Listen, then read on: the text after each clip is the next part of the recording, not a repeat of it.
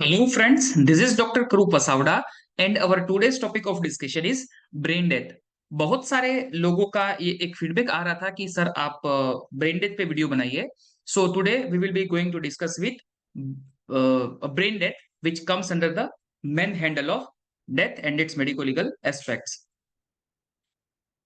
For applied purposes, brain death is classified into three types. So ये जो है उसका क्लासिफिकेशन तीन टाइप में होता है. The first one is cortical brain death, the second one is brain stem death, and the third one is whole brain death. So this is the classification of brain death. First one is cortical brain death. It is also called as cerebral brain death or persistent vegetative state.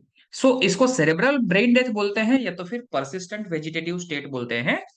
Persistent vegetative state यानी कि ये एक ऐसी situation है जहां पे awareness के कोई भी साइंस देखने को नहीं मिलते हैं. In this condition clinically patient is irreversible coma and source of severe brain dysfunction with loss of higher levels of cerebral activity. So यहाँ पे जो है ब्रेन डिसफंक्शन होता है, सीवियर ब्रेन डिसफंक्शन होता है क्योंकि जो सेरेब्रल एक्टिविटी है उसका जो है with loss of higher levels of cerebral activity उसका लॉस हो जाता है and clinically patient is in irreversible coma. So ये कैसे होता है? सो या तो यहाँ पे हाइपोक्सिक इंसल्ट होता है या तो ऑक्सीजन कम मिलने की वजह से होता है. ट्रॉमेटिक इंसल्ट हो सकता है, कोई ट्रॉमा हो सकता है या तो फिर टॉक्सिक इंसल्ट भी हो सकता है. इन this condition the person will exist in a vegetative state because brain stem is intact maintaining respiration and cardiac activity. So यहाँ पे जो है ब्रेन स्टेम इंटेक्ट रहता है जिसकी वजह से रेस्पिरेशन एंड कार्डियक एक्टिविटी चलता है. बट पर्सन जो है वो जैसे हमने पहले बताया कि उसके जो अवेयरनेस साइंस है वो नहीं रहते हैं और वो एक वेजिटेटिव स्टेट में रहता है. The next one is brain stem death.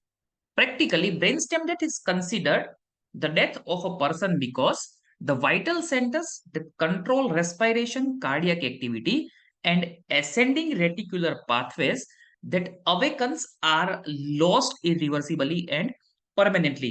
So यहाँ पे क्या होता है कि जब ब्रेन स्टेम डेथ होती है प्रैक्टिकली तो जो वाइटल सेंटर्स है जैसे कि रेस्पिरेशन है, कार्डियक एक्टिविटी है एंड असेंडिंग रेटिकुलर पाथवेज है उसका जो pathways that awaken are lost उसका लॉस हो जाता है. And here the cerebrum may be intact but functionally cut off from the brainstem. So यहाँ पे cerebrum जो है वो इंटेक्ट हो सकता है पर वो फंक्शनली ब्रेनस्टेम से कट ऑफ हो जाता है. With the advent of Transplantation of Human Organ Act 1994, brainstem is recognized in India. Brain death is recognized in India. So India में जो ब्रेन डेथ है वो transplantation of human organ act 1994 की वजह से वहां पे रिकॉग्नाइज हुआ है. एंड उसमें ब्रेन स्टेम डेथ का डेफिनेशन ऐसे दिया है कि brain stem death means the stage at which all functions of the brain stem have permanently and irreversibly ceased. जहां पे परमानेंटली और इरिवर्सिबली ब्रेन स्टेम के जो सभी फंक्शन है उसका लॉस होता है, वो सीज्ड हो जाते हैं एंड इसो सर्टिफाइड और ऐसे ही वो सर्टिफाई किया जाता है. The third one is whole brain death. It is also called as mixed brain death. उसको मिक्स्ड ब्रेन डेथ भी कहा जाता है जैसे कि उसका वर्ड है it consist of combination of both cortical and brain stem death. So यहाँ पे वो कॉर्टिकल और ब्रेन स्टेम डेथ दोनों का कॉम्बिनेशन है.